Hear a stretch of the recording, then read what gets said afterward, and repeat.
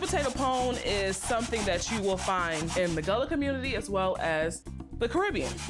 It has the texture of a pudding. So I've got my 6 cups of shredded sweet potatoes over here. To this bowl, I'm gonna add a 1/3 cup of light brown sugar, about a 1/4 cup of molasses. We're just gonna eyeball it. Molasses is gonna give it a earthy flavor. About 4 tablespoons of melted butter. Whisk it up. This is not overly sweet. It's a minimal amount of sweetness. The sweetness is gonna come from the natural sweetness of the sweet potato. I'm gonna crack 3 eggs into this bowl.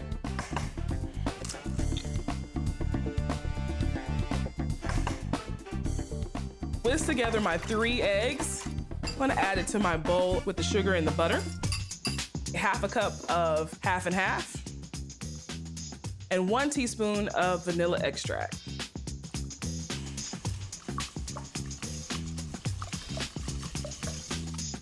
My great-grandmother Nuncy was known to add the zest of an orange to her sweet potato pone, and that's exactly what I do. All right, that's great. I'm gonna juice half of this orange.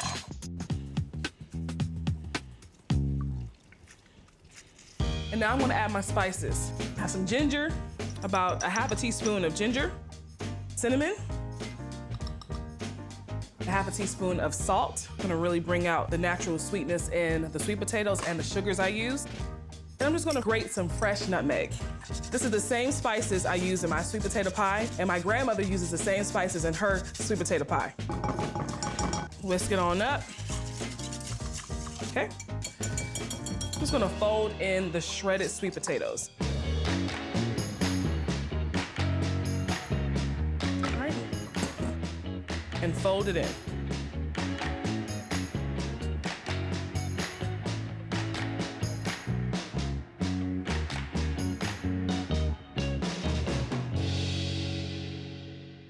Just gonna put my mixture right into a 9x9 casserole dish here that I've sprayed with non-stick cooking spray.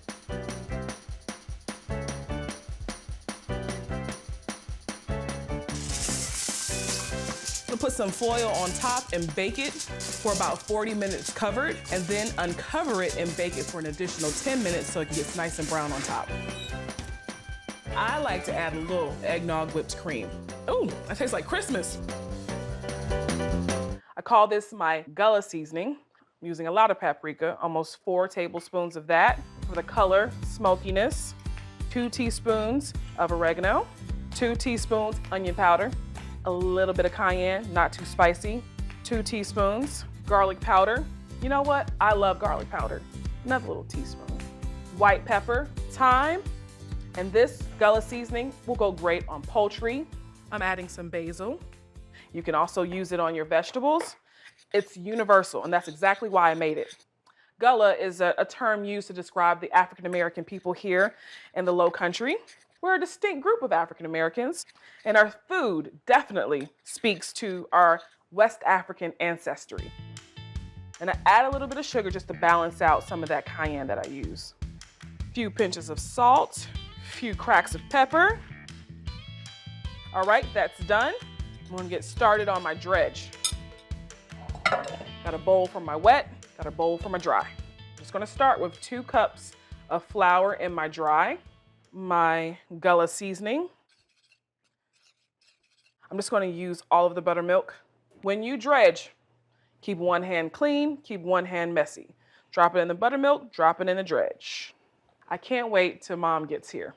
She's the reason why I cook.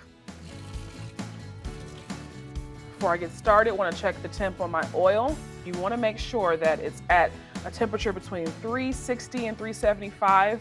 Be mindful to go one at a time, because if you drop it all in at one time, they're gonna clump together, okay? Woo! Music to my ears. Don't overcrowd your pot. Otherwise, it will boil over. Move it around, make sure it doesn't stick to the bottom. And I'm looking for that golden brown color. Not too dark, not too light. That's it. That's the color I'm looking for. That's the firmness I'm looking for. It's ready to come out. And do this fast. Don't hurt yourself, but work quickly. You want a nice, even color. First batch is done.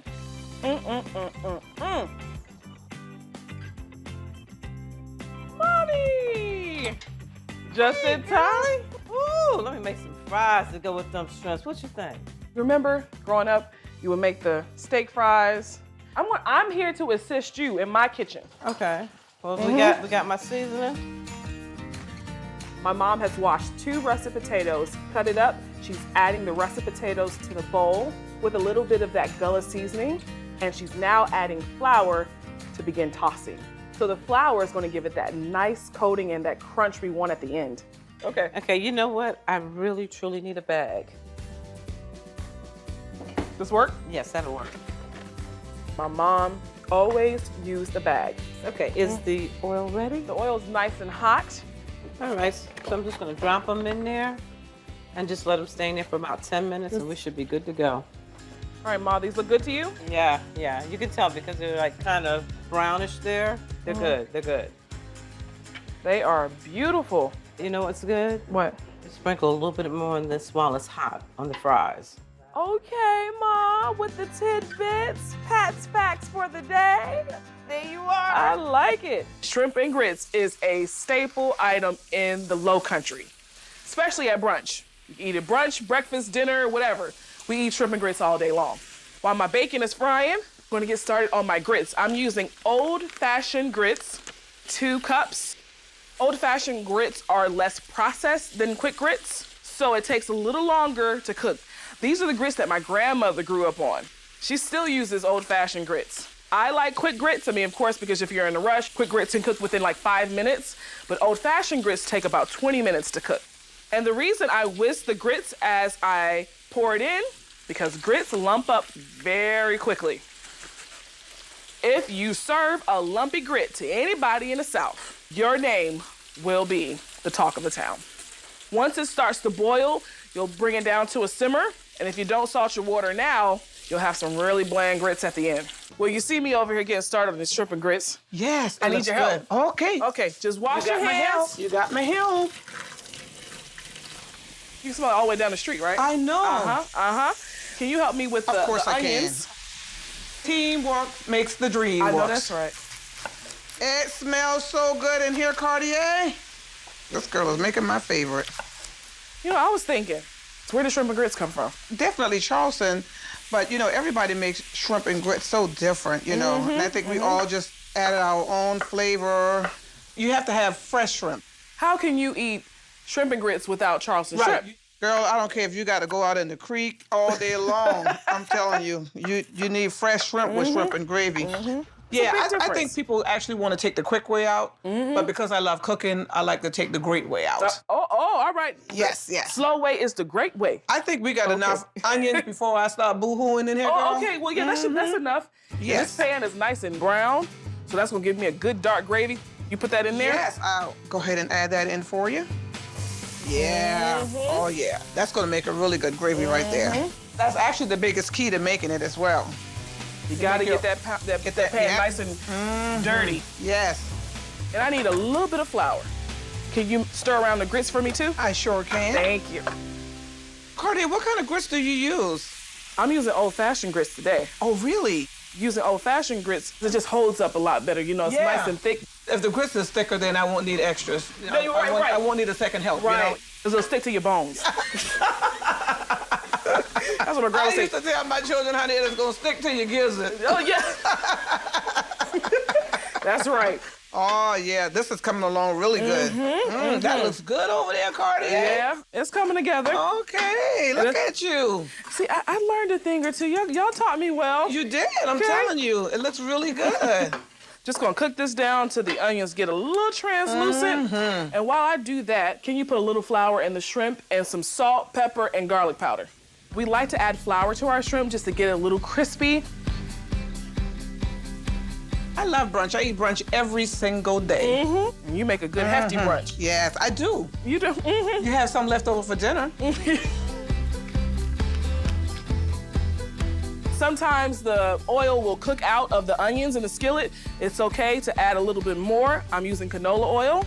I'm gonna brown the shrimp, and that's where you get the distinguished color of Gullah shrimp. Did you remember to freeze the ice cubes, the coffee ice cubes? Yeah. What are we doing with that? Well, don't worry about that. I just want to make sure that you did it. Okay, I did it. stir up the grits when you I sure can. You know, we can't have any lumps in that grits. That's right. Add some water to this pot now. That's when the gravy begins. I love the sound of sizzle.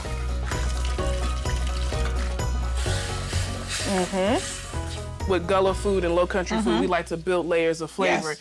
So, you know, a lot of our food, it's a process. You want to take your time on something like this, you know?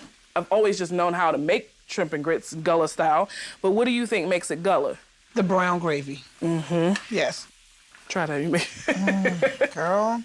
Make sure that brown gravy is right. I love the onion flavor, the garlic in there. I love it.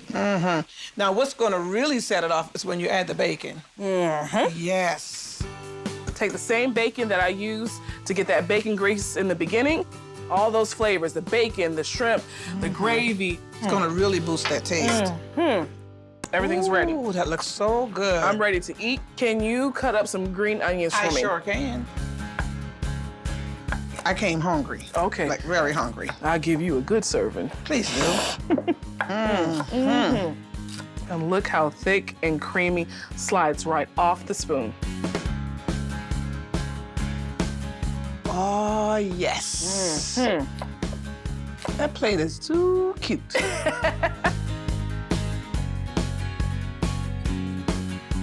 You did good, girlfriend.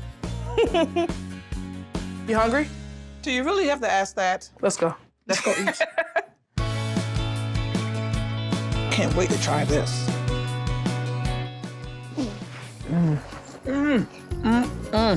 Party, hey. It's nice and creamy.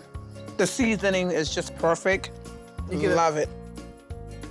Kiana travels a lot, so I know she wants a good, down-home, low-country meal, so I'm making her some Gullah Gumbo. In our culture, stews are very light, bright, tomatoes, veggies, things like that. So my gumbo is gonna have that, but it's gonna start with that traditional base, what they call in New Orleans a trinity. I guess it's the trinity in our culture too. So Gullah cooking is all about one-pot dishes. It's about evoking flavor with little to nothing. And the reason for that was to make something that could last. A soup can go a long way. A stew can go a long way. I'm gonna head over to my stove here and make the roux. And a roux is just basically flour and some type of fat. It thickens it up, it gives it flavor, it gives it color. I got about a cup of canola oil. You need an oil with a high smoke point because it burns quickly. And the thing about a roux is you gotta stand by that pot. 1 cup of flour. Break down the oil in the flour. I have my Dutch oven on about a medium-high heat. And what I'm doing right now is actually burning the flour and the oil. I know that sounds crazy, but that's the start of a roux. You gotta brown it. But for a Gullah Gumbo, it's gonna be on the lighter side because I'm not cooking the roux as long, but it's still gonna have lots of flavor. And I'm starting to see that peanut butter color that I'm looking for. And it's just basically that flour is just, you know, browning with the oil. So keep scraping. And if you start to see that it's burning a little too quickly, turn your heat down just a little bit. And we're almost there. All right, I'm gonna add my veggies in now and cook my veggies down with the roux.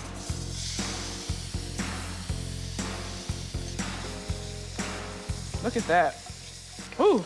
What I'd like to do right now is start adding in my spices. A few pinches of salt, black pepper. And because it wouldn't be me if I didn't add my house seasoning, some smoked paprika, onion powder, garlic powder. All right, so I'm adding a pinch of mace. Mace is almost like nutmeg. It smells like nutmeg, it's very bright. And if you can't find mace, you can always use nutmeg. A pinch of gumbo filet. Gumbo filet is ground sassafras plant, all right? I'm gonna add 2 bay leaves in there. Now I'm gonna grab my garlic and tomatoes. And I like to add in my garlic and tomatoes at this point because I don't wanna cook out that garlic flavor. I want it to be really pronounced in the gumbo. And tomatoes cook down fairly quickly, so I like to add it in at this point as well. Now for the liquid. I'm gonna add in about 3 cups of seafood stock. So just about this whole box, leave a cup. I'm also adding about 3 cups of chicken stock. And the reason I'm mixing the stocks is because I'm adding smoked turkey and I'm also adding seafood. Gotta add the shrimp. It wouldn't be Gullah if I didn't.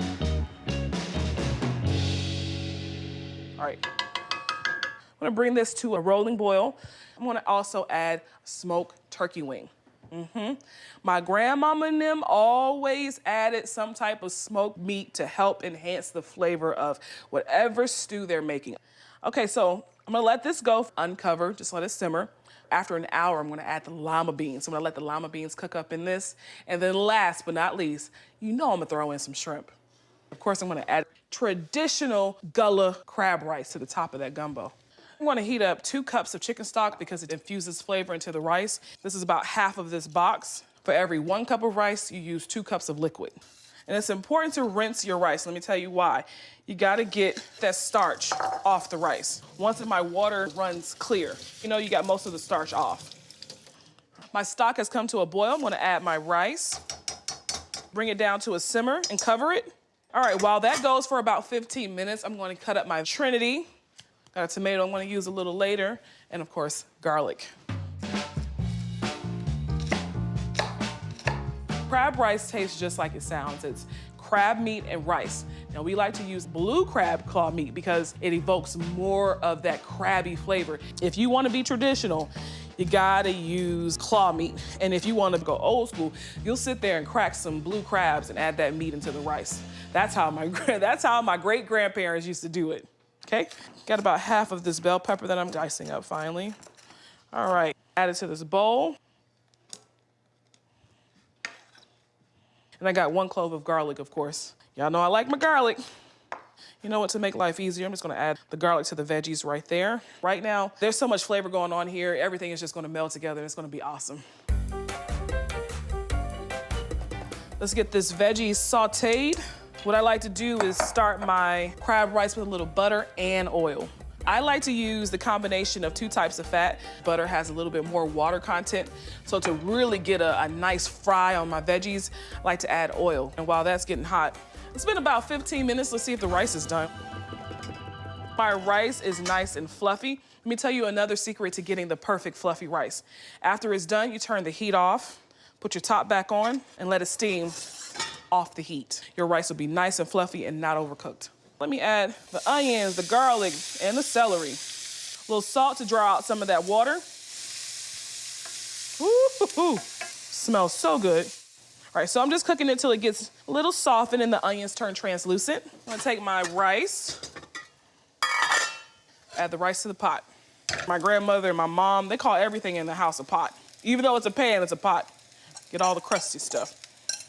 We're almost like making fried rice. Turn my heat down just a little bit. I'm gonna grab my crab meat. This is a pound of crab claw meat. To really get that crab flavor, you gotta use the claw meat. I wanna grab some of my house seasoning, 2 heavy pinches of that. And last but not least, tomatoes.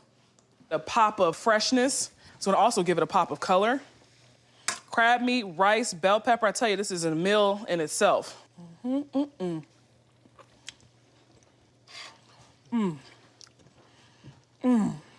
Let me close this up right now because I tell you, I'm about to sit down and eat a bowl of that by itself. So this has been going on for about an hour. Let me add my lima beans. Ooh, what is Gullah Gumbo without lima beans? Every stew, every soup my grandmother makes, she adds lima beans. And that's why I add lima beans to my gumbo. This turkey is starting to loosen up a little bit. I'm gonna pull that turkey apart and it's gonna be a part of the meat too. The color is beautiful. Those lima beans look great. I got a pound of shrimp that I've cleaned, deveined it, deshelled. And had I put the shrimp in earlier in the process, it just would have been overcooked. And who wants tough shrimp? No, no, no, no, no. Now I'm gonna take my turkey wing out and shred it and put it back into my Gullah Gumbo. Not only do you get a bite of shrimp, you're also gonna get a little bite of smoked turkey. I'm gonna put the bone back in there with the shredded meat.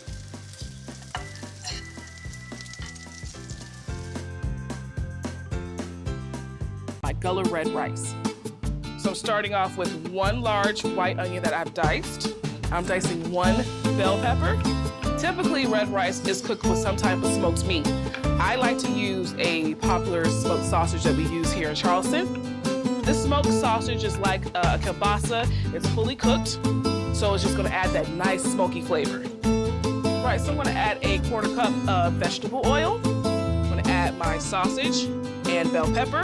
Get that nice and hot and sauteed. Let that cook up a little bit. I'm gonna get my tomato paste started. Tomato paste is a concentrated form of tomatoes, so it really makes the rice red. And you get that big burst of tomato flavor. The color, the smell, the smoked sausage, oh my goodness. Wanna sprinkle in some sugar, garlic powder, 2 cups of parboiled rice that I've rinsed, got some of that starch off. Give it a mix. I'm gonna add a little water on top, because as the rice cooks in the oven, it does start to absorb some of that tomato paste, so I wanna make sure that none of the rice on top gets crispy. Oven's preheated to 350. I'm gonna let it cook for about 35 to 40 minutes. All right, I'm just fluffing it at this point. It's still a little bit on the wet side, and that's okay. That's what fluffing is for. And you know, it's basically done, so it wouldn't hurt to taste. Lord have mercy. This tastes like my grandma's house. That is red rice for you.